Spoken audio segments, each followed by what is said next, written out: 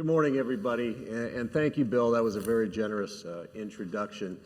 Before we get started, I want to introduce the panel. Actually, I'll have them introduce themselves and share a little bit about what they do and what they've done, and then we'll dig on in. So, Jennee? Hi, everyone. My name is Jennee Kuang. I'm a senior program officer at an environmental nonprofit called the Resources Legacy Fund, and I manage a wildfire policy program that includes a good bit of grant making. So we work in close partnership with funders to be able to support the field in building up policy capacity. And we work across federal policy and also in California, Washington, Montana, and Colorado. I'm Dan Cotter. I'm the Executive Director of the Office of Science and Engineering at the U.S. Department of Homeland Security. Probably a lot of you haven't heard of our group. We're a fairly small research organization, but we have very broad responsibilities to develop science, develop new technology, support the entire Homeland Security community, which very much includes frontline first responders, all hazards, all threats, and of course the increasing threat of wildfires is something that we're very much focused on. Good morning, everyone. Jeff Marsolais. I'm the Associate Deputy Chief of the U.S. Forest Service, and I oversee fire and aviation for the agency. I'm also no stranger to fire in California. I spent much of my career here as forest supervisor, Lake Tahoe Basin, also on the El Dorado, and had the privilege and challenge of supporting wildfire throughout the state. It's great to be here with you. And I'm John Mills. I'm the co-founder and CEO of WatchDuty. We're a 501c3 nonprofit started here in California. We're running the fire intelligence and situational awareness for 14 states across the American West. Currently crossing about 3 million users, and we just deployed Hawaii a couple days ago. Thanks for having me. Thanks, John. Thanks, everyone. You know, I want to start with you, Dan, and if you could share a little bit about, some of what you did in the Virginia Smart Community Testbed. It's my understanding that the initiative transformed a former convenience store into a cutting-edge testbed for technologies. Maybe you can share a little bit about. Yeah, absolutely. It actually was a 7-Eleven, and now it's our Smart Cities Testbed. So one of the things we really struggle with at the federal level, at least in our science and technology group, is how do you really understand the true requirements on the front line? You're pretty far removed from that frequently. And if you find small businesses and others to invest in, how do you actually help them get to the point where they commercialize that product? So we reached out to a group that's associated with the Commonwealth of Virginia, the Virginia Innovation Partnership Corporation. And with them, we set up a collaboration, as you said, in a former 7-Eleven down in Stafford County, Virginia. And we really invited a whole bunch of small companies to come in and join us and kind of experiment around a lot of key issues, ranging from cybersecurity to what's happening with 5G communication, other types of things, but also really taking a look at the sensor environment that is supporting the coming smart cities of the future. And one of the areas we took a look at was wildfires. What can we do to better and earlier detect wildfires? So working with this group, one of the things we were able to do was actually to help get a solicitation. We got a couple hundred people are interested. We broke that down to, I think, about 20, and then we down selected to 5. We've provided some initial funding to, and a couple years later, we identified 1 and 5, which we thought really had breakthrough technology, doing chemical detection and particulate detection of wildfire with a sensor that's probably 1,000 times more sensitive than what's in your home smoke detector. And we've been able to work through the Virginia Partnership Corporation, what we're doing in the former 7-Eleven, to actually develop those sensors. We got several hundred out there now across the nation being tested. I think it's a good example of being able to work with the state, being able to work with venture capital, being able to work with small business to actually develop a product. And then through DHS, we actually be able to fund development of several hundred of these sensors and put them out in places like Orange County here in California, Oakland, and others to get real-world testing results. Thanks, Dan. That's a great example. And Jennee, we were in the green room talking a little bit about some of the policy work you do. Maybe you could share a little bit what you shared with me backstage. Yeah, absolutely. And one thing I should say is I am clearly not Margot Robbins, so Margot was not able to join us today, unfortunately, so I've gone ahead and slotted in for her. I will not be speaking to the same content that Margot would be able to speak to, but I work at a nonprofit that, it's hard to not intertwine what policy nonprofit work looks like and how they interact with government. So I'm just going to talk through a few examples of how our nonprofit partners that we're able to support through grant funding and how we ourselves as an organization directly work with government in various capacities, both as allies and as friendly agitators to help them do their jobs better.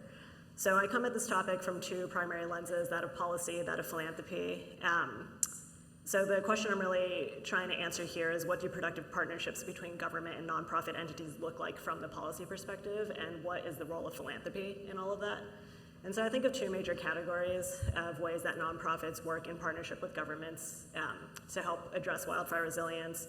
One of them is to help actually craft the policies and build the political will to get the type of policy and funding that we need to address wildfire, improve wildfire governance, and get the funding out to the ground that needs to occur for wildfire resilience activities. Two examples that came to mind immediately for me. One was a win that the Pacific Forest Trust, so shout out to Paul in the room, led. And that was the passage of a bill in California called SB 1101 that passed and was signed into law just this past September. And this makes it easier for CAL FIRE and for private landowners to implement large-scale prescribed fire.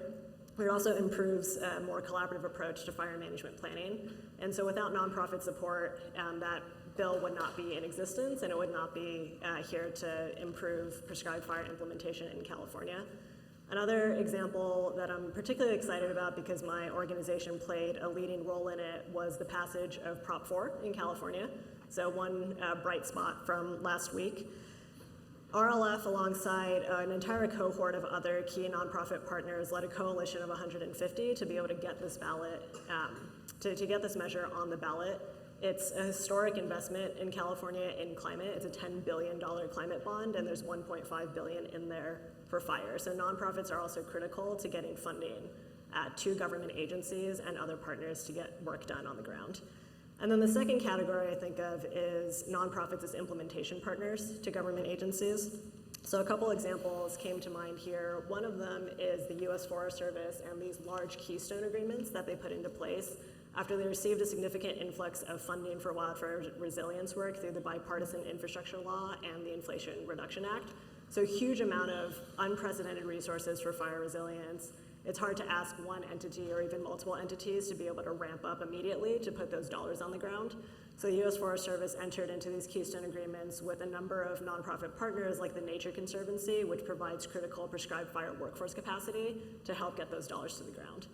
And then the last example I'll mention is, it feels small in some ways, but I think tells you a little bit about the diversity of types of creative problem solving that nonprofits provide in partnership with governments.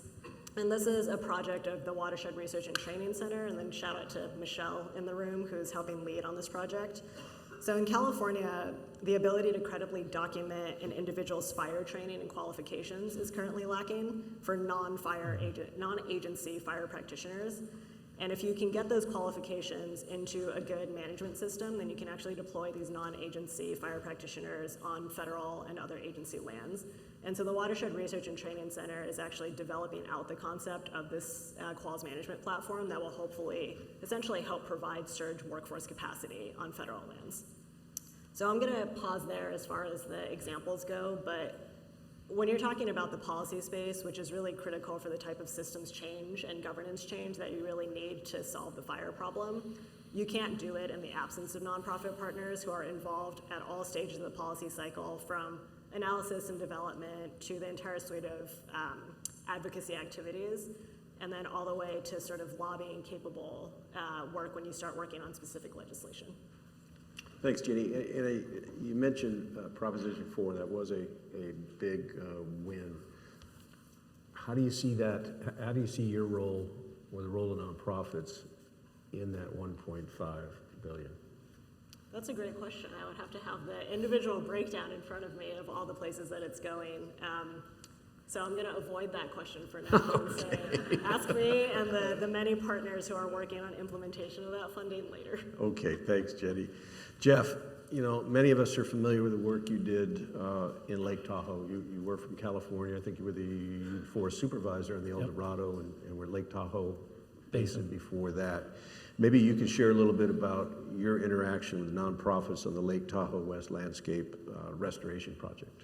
Absolutely, and before I get started, even through the dim of the lights and the haze, I can see so many partners, so many stakeholders, so many leaders and innovators, and just all around good members of the team dealing with wildfire. And I just want to start with a big thank you for your time today and your participation and all that you do all year long in all of the sectors. We cannot do it alone. And I think that's what we're going to continue to hear and talk about over the course of the day.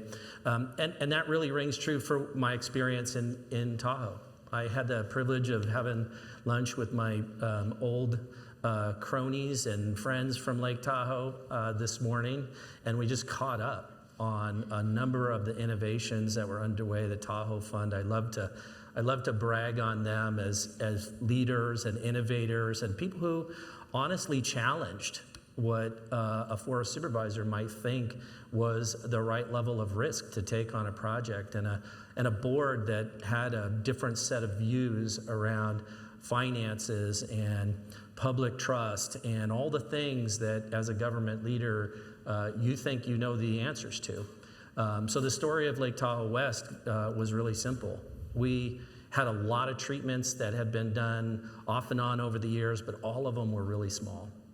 And honestly, when we looked at them in context to the scale of fire, what we also realized was not only were they small, but they weren't aggressive enough. We left too many trees, even during the initial entry treatments that were in and around the many important communities. And you know, and I don't know the number today, but the number we used to use for Lake Tahoe in terms of the value of the economy, $6 billion by state economy that was largely derived on public visitation.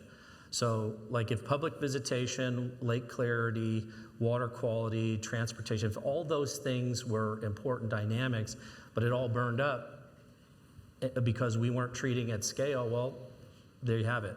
None of the rest of those values and other values, wildlife corridors and all the other things that go, it wouldn't matter. And so, you know, we talked a lot about how to scale up. But as many of you know, Lake Tahoe is one of these very highly regulated, environmentally sensitive areas, and for good cause. And so how do you balance scaling up while also maintaining the ability to deliver on those environmental expectations? You do it by sharing leadership. And that's what we did. We started to invite the leaders of the other agencies in and said, hey, we've got this big idea. We've got our nonprofit partners. We started to convene the leaders to ask, what would it look like for us to scale up? Now, 65,000 acres or 70,000 acres of the Lake Tahoe West footprint, that's not even big enough, right? We need to plan the whole thing, and we need to treat it scale 10, 20, 30, 40,000 acres in a couple of years, not in a decade. And so we started to convene, and of course there's public trust. You have to engage with the different regulations. But ultimately, the planning effort was launched with the idea that once we got the Lake Tahoe West planning frame built, that it would be Lake Tahoe Rest, and that would be the frame that we would amplify to do the rest of the planning. Get it done in a small area, really challenge what it looked like, think and study, do the science for what it looked like to treat on steep slopes, bring the right people to the table to tell us what that was going to look like in terms of impacts both to water quality and wildlife, and then listen to those results and shape the projects. And so that's what we did there. My friends at the Tahoe Fund were the kind of folks that led out with innovations that we didn't expect. So you all know that spotted owls are species that we do a high degree of monitoring in the Sierran forests. And they came up with an idea to help us get the acoustic monitoring done with no people in the field. We used to send folks out into the woods to call for owls in the middle of the night. My wife is actually a wildlife biologist. And so she did that as a biological technician when she was first out of college. And to replace humans in this case with acoustic monitoring as an innovative practice and then test it so that we could actually get to scale for monitoring without the required human capital. That's the kind of stuff they were doing up there. Since I've left, there's a lot of other innovations, but those places where we have a test bed of big ideas and novel approaches, we have to be open to that. The world is changing at a faster pace than we're changing with it, and it's going to take a greater amount of innovation to catch up and outpace it. Thanks, Jeff. Can we go back to that owl hooting piece there? Sure. I think that sounds like a lot of fun. I'm just kidding. So that partnership started how long ago? Well, the partnership with all the agencies has been growing for more than a decade. The Angora fire, I think it was 2007, was a big shock to the system. 254 homes in just over 3,000 acres. Really small by fire standards, right? But those 254 homes, the impact on the tourism and all the businesses, I think it was measured in the near $500 million range. That was a shock to the system that made folks say, wait, we need to think differently about this. A blue ribbon commission was convened, and it was little things like several different local governments and several different federal agencies and state agencies that had the same number on their fire station.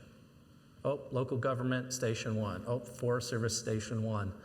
Well, when you do an interagency dispatch on a radio system that's highly stressed, and there's 2 different station number 1s, or in the case of the Lake Tahoe Basin, at the time there were 4 or 5 station number 1s, and that little bit of delay has potential consequence. And what's remarkable, it far preceded my tenure there, the will to come together and have the hard conversations and then make the change. So all the stations now have their unique numbering, and all of the systems are completely interagency, and all of the radio backbone system works together. Like, that's the kind of stuff we have to do.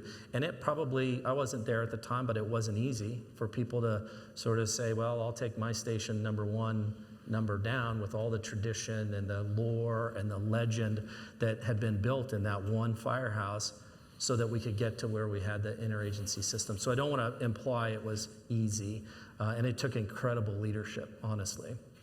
Thanks, Jeff.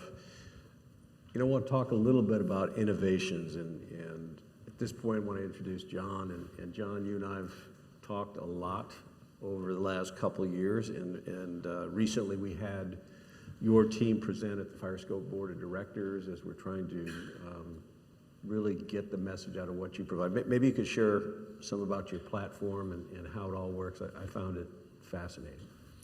Yeah, dovetailing on the radio conversation, that's really where this begins and ends, right? As Chief C will always say, all fires start locally. And so we, as WatchDuty representatives and radio operators and engineers, have built systems so we can listen to every single tone out that comes out of these firehouses. So before CAL FIRE or Washington DNR or ODF gets it, we hear local tones, right? So we live here in the woods and go through this experience from the bottom up, and that's how we came to approach this problem. Rather than saying, where's the satellite data, we're just gonna go solve this issue. Turns out there really is no data stream.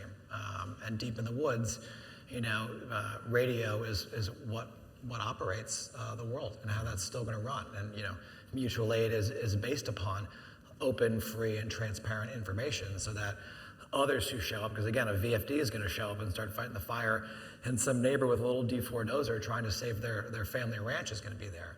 Well before CAL FIRE's S2s take off and all this other work that happens, which I'm glad it does, but this has to happen now and immediately. And so WatchDuty intercepts and inherits this information as early as possible and starts disseminating it to friends, neighbors, and the fire service, right? Chief Fennessy, I think you emailed me a couple of years ago and told me that fire mission commanders were using WatchDuty to decide whether or not to launch missions or not. It became very clear to me that day that we were in the hands of tanker pilots, dozer operators, and people who are protecting us are not equipped with what they need to serve our communities. And that's when WatchDuty became a different project that day, and much bigger than we ever thought it was going to be. Thanks, John. By show of hands, how many here have WatchDuty on their phones? There you go, John. Very nice. Yeah, when John was presenting at Firescope, one of the things that really fascinated me was that, and those of you that have the app know that the fires are put on the app, I mean, quickly. I mean, it's amazing how quick the fires end up there. And he's talking about, and John, you can share more about the hundreds of volunteers you have that are inputting. It's just amazing what they're doing. And I asked him, I said, what are you doing at night? Who's up at night listening to Broadcastify or whatever it is? There's a guy in New Zealand. He says, it's the other side of the world. It's daytime down there. It's like, so wait a minute. There's somebody in New Zealand that is posting fires in Southern California. He goes, yes. I mean, how did you, talk about collaboration and partnership, how did you organize all that? Yeah, I mean, his name is Michael Sylvester. He's a Kiwi. He's never left his island, never been to Australia, never been to America, never set foot in a wildfire in his life. And this man reminds me of the same folks who run Wikipedia, or the same folks who cracked the Enigma in the Second World War. They're people who have this penchant for like taking things apart, disassembling them, and then just spreading information out in the planet. And this human being is one of many of these people who has a greater sense of purpose through the work that they do. I like to look at it as mass participation, right? It's humans and machines working together to solve these really challenging problems in the world that I don't care how much AI you throw at this problem, there's not an answer yet. There's answers and they're showing up, and we use it internally, but the same way, I look at I don't want to go to my doctor and have it be a computer. I want my doctor to have a computer that has AI to say, it's probably a cold, but there's this 3% chance if you come back, it's this. And so we look at this similar, where these people are helping to sift and sort these signals in real time. But what we're doing is not too different from any Office of Emergency Services. They're all doing the same thing, right? Like everyone's trying to solve this problem in some way. We're just privileged enough to get to focus on just the response and not have to take 911 dispatch calls and try and get firehouses toned down, right? So we can focus very clearly on solving this one issue. And that's how we do what we do at the scale that we do it. Thanks, John. We've got about 13 minutes. I want to get into some tougher talks. I want to talk a little bit about some of the common obstacles. And Jennee, I'll start with you. I mean, my experience has been especially when you're starting a new program or you're working with nonprofits, there are communication barriers. There are resource constraints, especially when it comes to government. Bureaucratic hurdles. I think that's one of the big ones I think that I've experienced. Cultural differences, accountability, transparency. In your experience, what are those common obstacles? Working with agencies is challenging. What? What? And I'll just pick on the Forest Service. We because resemble that remark. they're the ones that get picked on the most. It's bureaucratic. It is sometimes by design really difficult to get a foot in the door. It's very federalist in the way that it operates, and without intimate knowledge inside the system. I mean, it's both intimate knowledge and it's such a big disconnected system that even if you have intimate knowledge of one part of the system, that doesn't mean that you actually have a full picture of how the entire system works. So if you are an external partner, if you're a technology provider, and for those of you who have tried to partner with government agencies to provide technology, I think you've experienced this pain firsthand of who do you talk to? How do you get a foot in the door? How do you make your way to the right person who can actually see the value in what you're trying to provide? And then how do you make your way into the system and through to adoption? It's a pretty impossible exercise. And if you're a nonprofit trying to help the agency govern fires better, what are the complexities that the agency is actually dealing with, and therefore what are the leverage points? That's a really difficult answer to actually get to because the system is so complex and it's hard to find someone who actually understands enough of it that you're finding your way to the effective solution. So relationship building, putting the time in, relationship building beyond just one or two key people, but going all the way from the national office at the highest levels and key top level decision makers all the way down to individual regional offices in the field is really important to create the full picture of what you're working with. Appreciate that. one of the conversations we had in the preparation for this panel, and I kind of voiced my opinion. This is my opinion, may not reflect, all of the fire service, but, for many years, we talked about what could be. Boy, won't it be nice when technology or innovation provides this, whatever it is. And, lots of nodding heads. Yeah, no, that'd be great. And that exists now. And it's no longer waiting for it. And now that it exists, I don't know that the fire service has kept pace. And, early adoption is not something that we see very often among, fire departments or fire agencies. That to me is a concern. I mean, we've got people here in the audience that are, devoted their lives, their businesses, and other things to, preparing for, wildfire, and are concerned. Many of us in the fire service are concerned that they're going to walk away at some point. That the fire service is not adopting or engaging with tech and innovation like it needs to be. So it is a concern. There are agencies that are very open to being approached. I like to think that we are, and others are as well. We say yes a lot. It takes time. There's a lot of technology that doesn't necessarily make sense. I think we're beyond the point where we need to tell those that are innovating and creating technology to meet with us first before you go and create something. I think we're seeing that that's occurring, but it's the adoption of this tech and innovation that I think the fire service is being very slow to. Some fire agencies, again, this is just my opinion, others may disagree. Dan, I want to ask you, you're with the DHS Science and Technology. What's out there right now? If you can keep it a couple of minutes, what are you all working on that's going to be applicable in this space?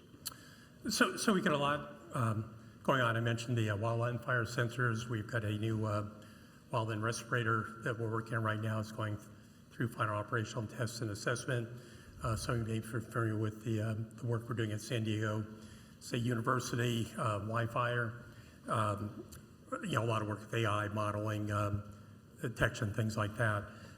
If you wouldn't mind, I'd like to go back though and address your previous question a little bit. I think on this issue, there's sort of two things that can happen. One is, which we try to do a lot, is to pull from the community what type of technologies, resource gaps you have. And then I mentioned, we have some ways that we go out and we seek through the community for people who may have solutions, and we invest in those, and we try to get them, through field assessments, make awareness of them, and ultimately make them eligible for FEMA grants and other grant awards as a way to buy them. But the other piece of it is we have blind spots. And a lot of times when we meet with, we have a group called the First Responder Resource Group. I don't know if anybody here is on it, but it's a bunch of kind of frontline mission providers. And we may have blind spots even with that group. So I think a lot of the issue here is that push. When somebody has an idea and they want to push it to you, how do you break that? And I would offer to those of you that are technologists out there, we have a couple of approaches to that. We have our Silicon Valley Innovation Program. They're located here just south of us a bit. And you can find them on the web. We have a way to use other transactional authorities. We can make a $500,000 award. We can make up to 4 awards, $2 million to do a project. And it doesn't necessarily have to be against a scoped call. We also have things we call long-range broad agency announcements, which is very broad. And they're out there all the time. A lot of them you can drive a truck through. And you can find some of these things online. And there are ways you can push to us. I would say, though, right now we probably have less money than we've ever had to do research kind of in this space. I'd also say that there's never been a more important time that we get your ideas and we understand what's going on. So it's a highly competitive process, but we really need to hear from you. The things we're struggling with, you all know, they're just not sustainable. And we need to find ways to get those ideas in from you and to get with you and to fund them and make them happen. Thanks, Dan. Jeff, in a couple minutes, just 2 minutes, can you kind of share what the Forest Service is doing? I mean, you've got a deep, you've got a reputation for partnership, obviously, and I'm really interested in what you all are doing in Washington. Yeah, well, And I'll try to, like Dan did, weave the last two questions together because I think there's an important point here. And it starts with what was mentioned about it's it's hard to work with the federal government. I remember my friends up in Lake Tahoe, they kept saying this phrase, just let us in the vault. Just let us in the vault. And that was like code for, we don't understand you. You guys have all of your government bureaucracies, all of the rules, all of the things. You have you locked up tight, and we can't help you as partners until you open that up and explain to us. And it took months and years of breakfasts and coffee and other things of investing in the relationship to help the Tahoe Fund leaders understand enough about the unit that then they could start to chart solutions. And I'll say this about the system writ large. I'm guessing there's 2 or 3 pieces of technology in development where at least 3 to 5 people in this room have uniquely similar efforts underway. And each of you come to the Forest Service or to another agency and say, this is the one for you on this topic. And then, it's got some proprietary framing and some other things. And it's a real challenge when there's a total onslaught of new tech coming into the space. The piece that I would say we're working on is trying to get upstream and help co-develop. And I'll give you an example. Our friends at wildfires.org kept hearing when they were in the field that, NEPA is a real challenge. So they built a platform called Turbo NEPA. But they didn't just go figure out what we needed and showed us. They kept asking questions. We'd go to dinners and he'd be back for different sessions, and he and a team, they'd go out in the field and talk to forest supervisors, and every time they asked questions about what the need was, they learned a little bit more. In fact, there were times their team would come back and explain things that I didn't even know were problems. So that level of exchange was painting the picture. Now, we're doing a lot in the wildfire tech space, and I've got Sean Triplets in the audience, and we're thinking about the commission findings, a lot of which were centered on tech. I'll save the time, and folks, if you're interested, you can come catch me in the hallway or whatever later, but there's no shortage of good big ideas. I will say this, us figuring out how to get upstream and co-develop and have it so it's less about a competitive market, it's more about open source that can be utilized from tribes and local governments to the big Fed and everybody in between, and the public writ large. If we can figure out how to crack that code, we will put more horsepower into the tech solutions than we've ever had. Thanks, Jeff. Outstanding. We've got about 3 minutes left. John, I'm going to turn to you, being a nonprofit yourself. Share with me a little bit about your frustrations, perhaps in working with government, some of the transparency issues that you and I have spoken with. What are they going to do? There's 2.5 minutes left. We'll be out of here by the time you've upset too many people. Thoughts? Well, I'm glad you saved the most irreverent for last. People in this room who know me know what we've gone through to build this organization. We kind of tunneled around the walls and gone around lots of these pieces of legislative infrastructure and bureaucracy because this is born out of the forest. It's born out of a problem. It is not born out of trying to build a business. It is trying to solve a problem. That is the only thing that mattered to me. And when I first started, it was much different. We were looked at, I don't sound like a victim in this. We were violently ignored by many people. I filled out paperwork. I went to lunches. I was told bullshit after bullshit story as to why this wasn't going to happen, even though it was, in my opinion, taxpayer information. Right, this radio work that we do is public. It is to keep us safe. This is not tactical police SWAT information that needs to be encrypted. This is a wildland fire. And next thing you know, you have Verizon showing up with cows. You have, for those who don't know, it's a cell on wheels. you have PG&E showing up, you have DPW showing up, you have OES showing up. We must have clear channel communication in order to do this. And so life's very different now for us because we've proven ourselves to do it. And I understand why. It's got to be exhausting to be a fire chief. We have one here on the table, but there's so many people calling you, telling you that they have answers. I have drones, I have this, I have that, and these people just have iron and fire in their blood, right? They use Pulaskis and McLeods. This is not what they're used to, and there's a lot of nonsense. And now where I am in the world, I field a lot of it too. I field a lot of like innovation that's not really grounded in the reality of being a firefighter or touching fire or being at the edge of your life. And so I think that the best thing we can do is, again, try to do the right thing, but also don't take no for an answer because you're not going to find it. Thanks, John. That was very eloquent and polite, too. Was it? Yeah, that was disappointing. I only cursed once. I'm just kidding. I'm just kidding. That's all we have. That's our time. I want to thank the panel for stepping up, and thank you for filling in, Jennee. That was outstanding. And thank you.